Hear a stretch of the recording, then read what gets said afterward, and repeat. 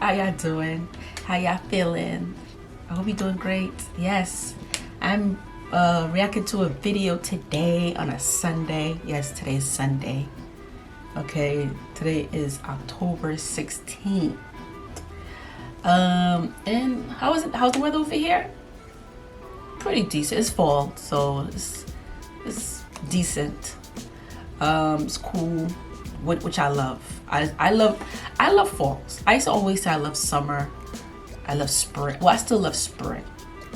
Summer, lately, I haven't really cared for summer like that. But I love spring. I love fall because I love to just be able to just wear a sweater, and that's it.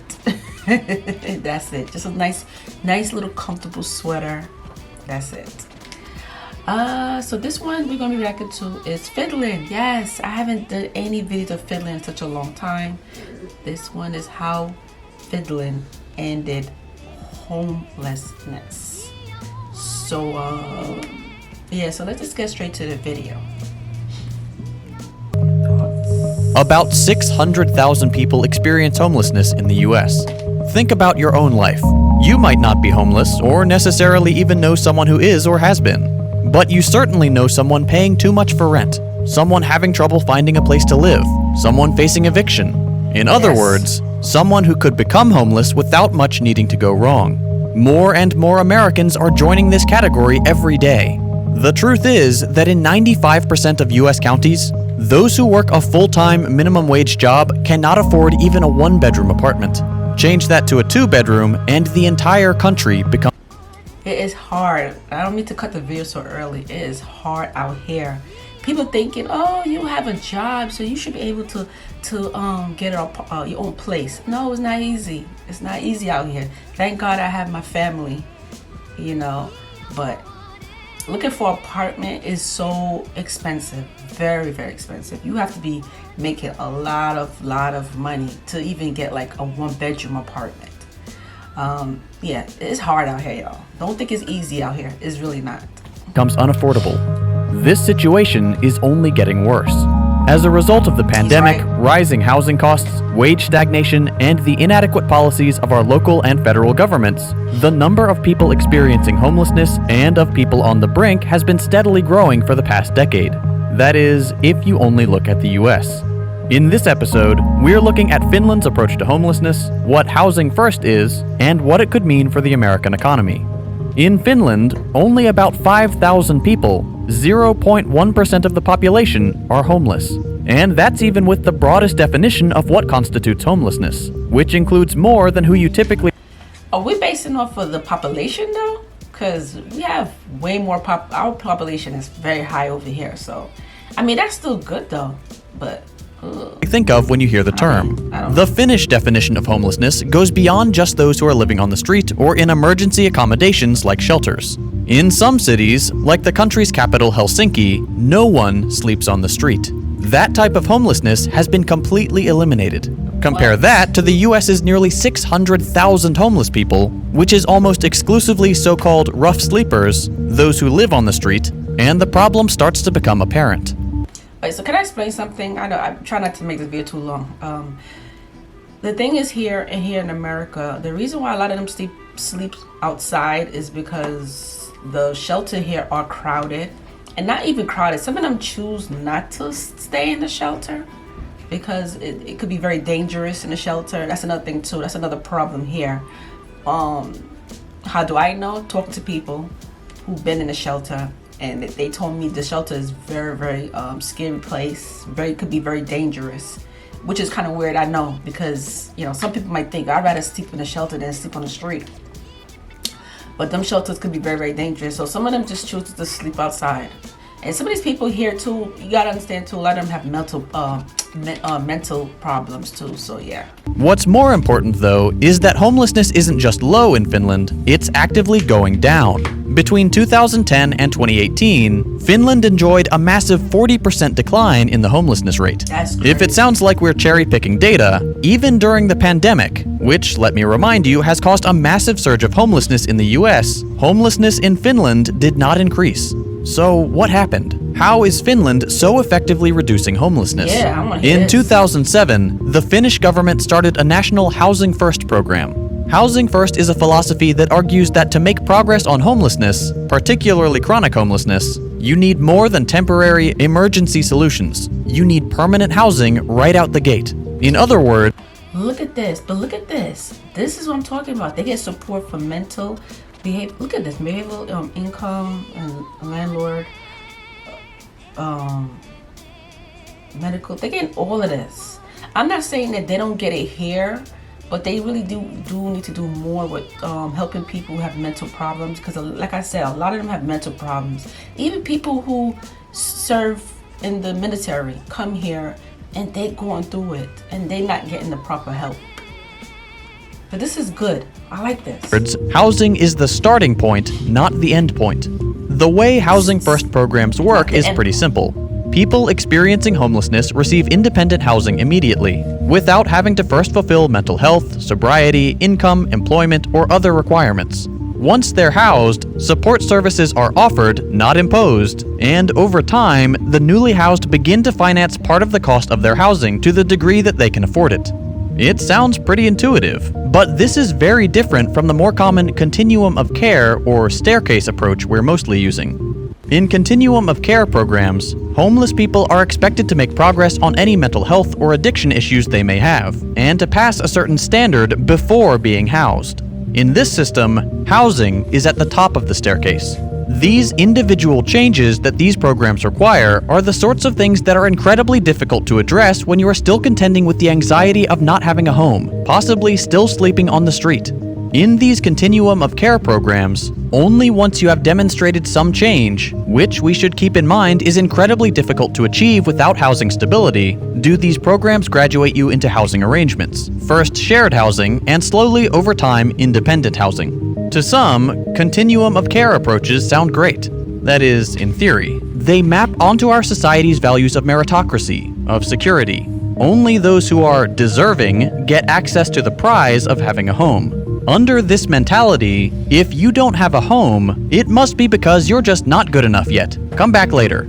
It should be obvious that these programs just don't work. Not only do they strip people of their agency and come with an enormous moral burden, but recidivism is high and a huge number of people don't make it into the program in the first place because of the high barrier to entry. Compare that to Housing First. In the initial study on Housing First, I mean, to get housing, you should be mentally ready to even have a house. So it kind of makes sense in a way. I mean, but then again, like I said, people going through mental problems, they need more than just getting a house or getting a place to live. They need proper help mentally. They should be going to one of those programs that could help them. And when they start to get better, a little better, they should be able to get their own place. But yeah. But we gotta do better, especially here in America. We gotta do better when it comes to homelessness and people who have mental problems. So. Back in 2003, a randomized trial of the two approaches decidedly shows the strength of the new program. Around half of the initially homeless group were accepted into permanent housing, regardless of their eligibility according to other programs, and they were then offered tailored and optional care for their individual circumstances. The other half went through conventional channels, and at the end of the trial, the results were clear. The Housing First group spent more time in stable housing, less time hospitalized, and results carried over for longer than when homeless people went through the continuum of care path. Just 6 months, Housing First had virtually eliminated homelessness in the experimental group. It was a massive success. That first study was in New York, and inspired by its promising results, the EU ran its own pilot programs in 5 European countries with the same outcome: secure, long-term housing stability. And now that it's become the official national policy of the Finnish government, we've seen just how much good this can achieve. It is abundantly clear that this approach works. I like that. Despite all of this, some of you might still be skeptical. Forget for a second that housing is a universal right we are all entitled to, that it is baked into the Universal Declaration of Human Rights, which the US has signed onto and agreed to provide in front of the entire international community. forget that this right doesn't include temporary shelters, but only real, stable housing, and that there are metrics around accessibility, affordability, discrimination, and protection from eviction which good Housing First programs conform to perfectly, in addition to affirming the basic idea of being decent to real human people. You might still wonder about costs in the wealthiest country in the world that regularly provides. You see that guy in the army suit on? You'll see a lot of them too. They're not getting the help they need. They're not getting Housing subsidies mostly to the wealthiest people in the country through mortgage interest tax deductions costing the American people, I don't know, $70 billion a year, or close to 25 times what is set aside for homelessness programs at the federal level. Imagine all that incredibly important stuff doesn't matter. It's gone. Forget about it. Housing First is still cheaper than not housing people or walking them through an ineffective continuum of care program. Not only are people housed through Housing First covering part of the cost and are more easily employed, but housing people saves money in the long term on comparatively costly emergency hospitalization bills and absurdly expensive policing, which both go down when 1. People's needs are taken care of preventatively, and 2. They aren't exposed to an expensive state apparatus that has criminalized existing without a house. Given all this evidence, you're probably wondering, why aren't we doing this? To be fair, there are some small-scale examples of this in the US. The US Department of Housing and Urban Development does fund certain homelessness programs, some of them with the Housing First methods. However, these programs are only robust in a few cities and states. But no matter the nature of the program, whether it's Housing First, Continuum of Care, or something else, funding is far too low. The HUD's budget and municipal aid funds have steadily declined over time. That's the thing too I have a problem with. The funds, I don't want to get into that, but the funds, these programs, the reason why we don't have a lot more of these type of programs, because yes, the funds. These people are not getting a lot of funds to maintain these type of programs. So when you don't have, we all know money rules the world. If you ain't got the money, it ain't not gonna happen, which is sad. And this is where homeless people are gonna stay homeless. I'm seeing more and more homeless people here in New York more than ever. I'm seeing people with mental problems more than ever here in New York. Anybody that lives in New York will tell you. Anybody that comes here and visit and they see homeless people on the street and they see crazy people acting crazy on the street, they'll tell you. Even the subways is getting crazy. I try to avoid taking the subway because, yeah, if you watch the news here, you'll see what I'm talking about. But you're seeing more and more homeless people more than ever, especially in LA. I don't know if you had seen a video in LA where there's like, they have like a long, it's like 20, 50 blocks of homeless people in tents. I'm like, whoa, that's a lot. That is a lot of homeless. There's a lot of homeless people. I'm telling you, here it's getting worse and worse. I don't really see it getting better.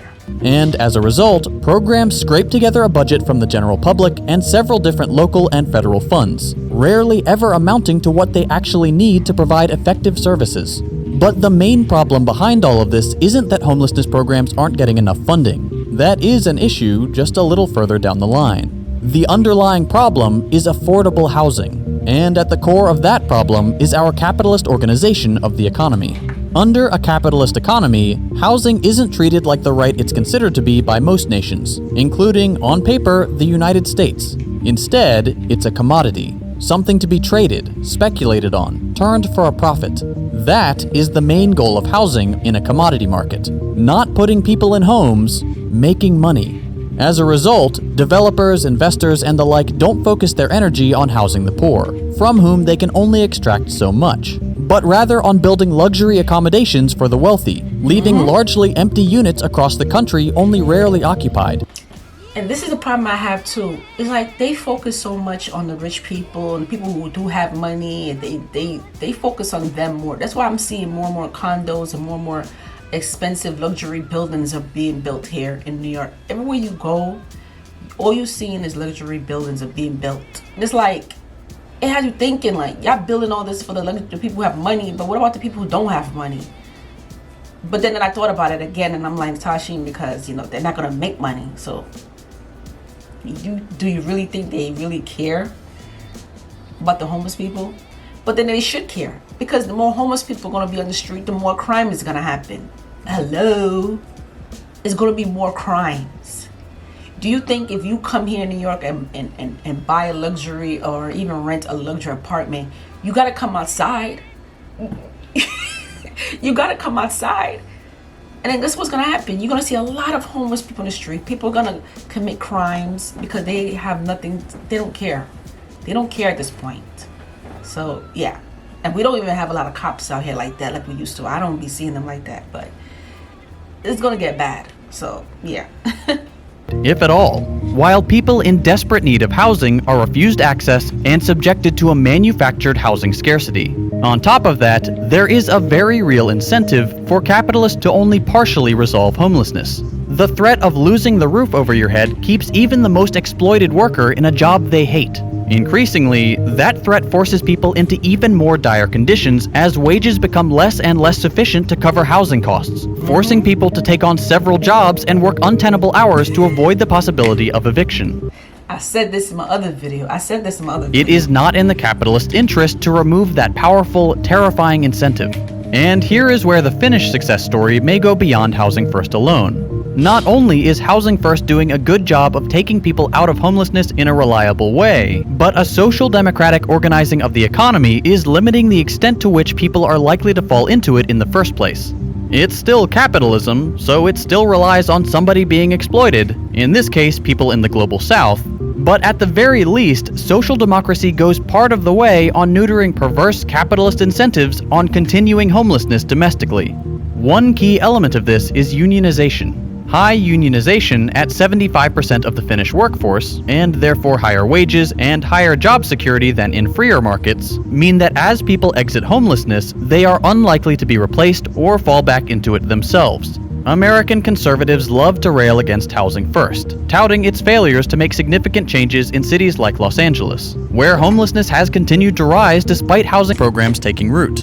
What they conveniently forget to mention is that the continuum of care programs they prefer still deliver worse results. And the core issue of the skyrocketing housing prices in the free market is why people are even pushed out into homelessness in the first place.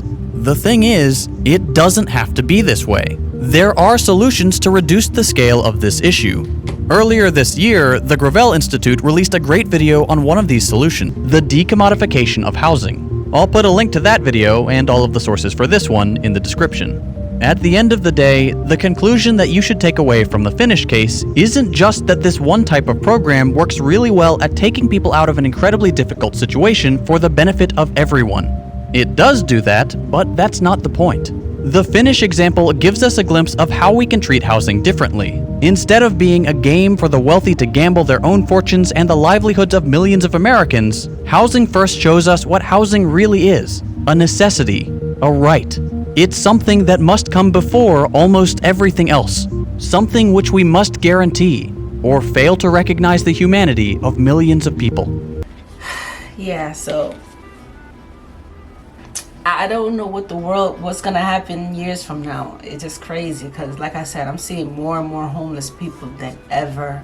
I'm seeing people with mental problems more than ever, especially here in New York, and I'm quite sure other places too. Especially, like I said, well, he already showed LA. I don't know what's gonna happen. Like I said, they don't. I don't know if they are trying to. I feel like I said before, I feel like they focus on too much of building all these high rise and all these luxury apartments. Like, I'm seeing more and more and more of it. I'm like, are you serious? Like, can y'all build more like shelters and buildings for homeless people to put them there? Try to find ways to keep them there so they can get the mental help they need. I don't know if they even focus on that right now because, like he said, it's all about the money. It's all about the funds. So it's like, I don't know. But anyway, let me know how you feel about this. Yeah, comment below. Make sure you subscribe to my channel and check these videos out. And I will see you lovely people. Take care. Be safe.